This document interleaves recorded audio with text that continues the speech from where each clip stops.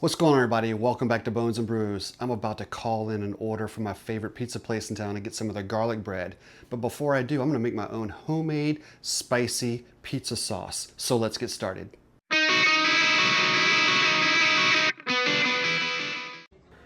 We're gonna go with a 28-ounce can of tomatoes, 2 tablespoons of tomato paste. We got a tablespoon of sugar, tablespoon of those red chili flakes, 2 tablespoons of balsamic vinegar, tablespoon and a half of Italian seasoning, about a tablespoon, a little bit more of olive oil, 3 chopped up cloves of garlic, 1.5 jalapeños chopped up, and a small white onion. Okay, so we got a little bit of oil, olive oil that we had over there already in the pan, getting nice and warm. We're gonna go ahead and add the jalapeno peppers and those onions. Let those cook down just a little bit. Start to hear that sizzle, I'm sure. Now, today I'm using this pot. This is a little bit of a thinner pot, but it's taller. It's one I typically use outside. So hopefully things go well with this one today.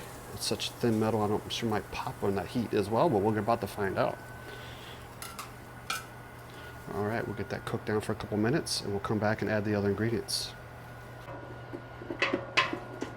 All right, next we're gonna put in that Italian seasoning. Now, you could go with about a tablespoon of dried basil and a tablespoon of dried oregano. I just want to use that Italian seasoning. It adds a little bit more, but I use less of it, so I want about a tablespoon and a half.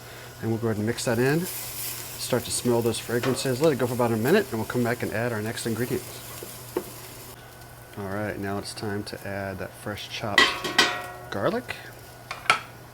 We'll get that mixed in as well. Give it another minute or two. And now we're going to add a lot more of those ingredients. So I had chopped up those whole tomatoes that were in that can there. Make sure I've got all the sauce out of that can as well. I'm going to pour all of that in. Also got a little bit of tomato paste we're going to use in there today as well. So about that 2 tablespoons of tomato paste. We'll go ahead and get that in there as well.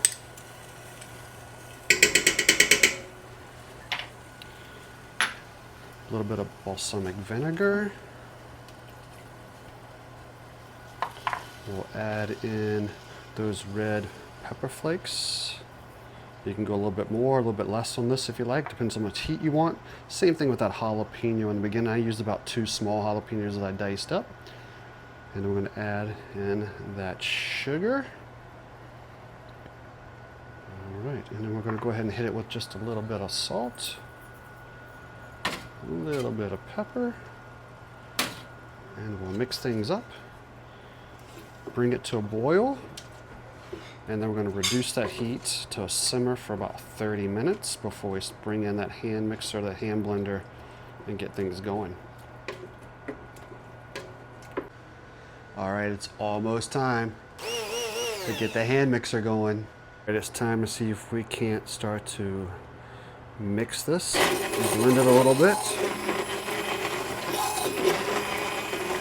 and then we're going to let it continue to simmer as well.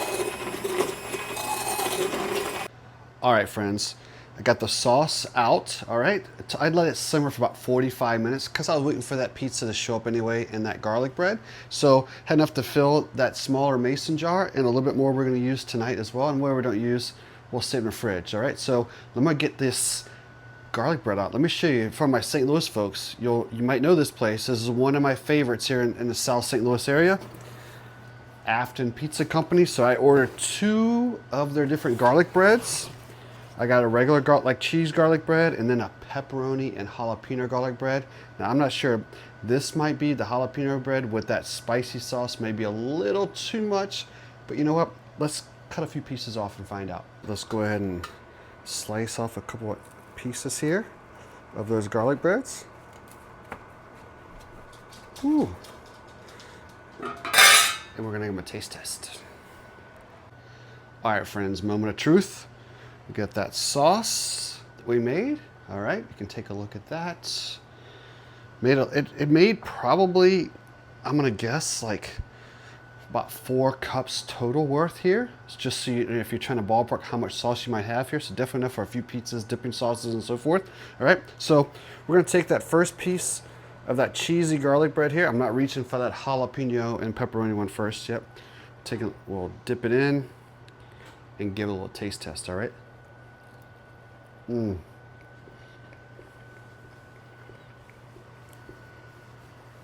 Wow. Oh my gosh, friends. So the spice is a little high on this. I'm just gonna warn you now based on how many jalapenos I used. And I bought some hot jalapenos. I kind of knew what I was getting. If you know, maybe sometimes you don't know, maybe just go with the 1 jalapeno, maybe even a half jalapeno. It's really up to you. But I love that heat level, so this is really good because I'm gonna use it for like a spicy pizza I'm gonna make tomorrow on the smoker as well. This, my friends, is absolutely delicious. You know what, it's my sauce. I can double dip if I want. So that's what I'm gonna do, but I will flip it over here, you know, not to offend everybody. Oh yeah. Absolutely amazing. And if you live in the St. Louis area, or if you're ever visiting like South St. Louis area, St. Louis County, check out Afton Pizza Company. That's where I got these garlic breads. They have great pizza, great wings as well. Hit that subscribe button. We'll throw the recipe for you guys in the description as well. Share this with your friends. We'll see you guys again on Bones and Brews.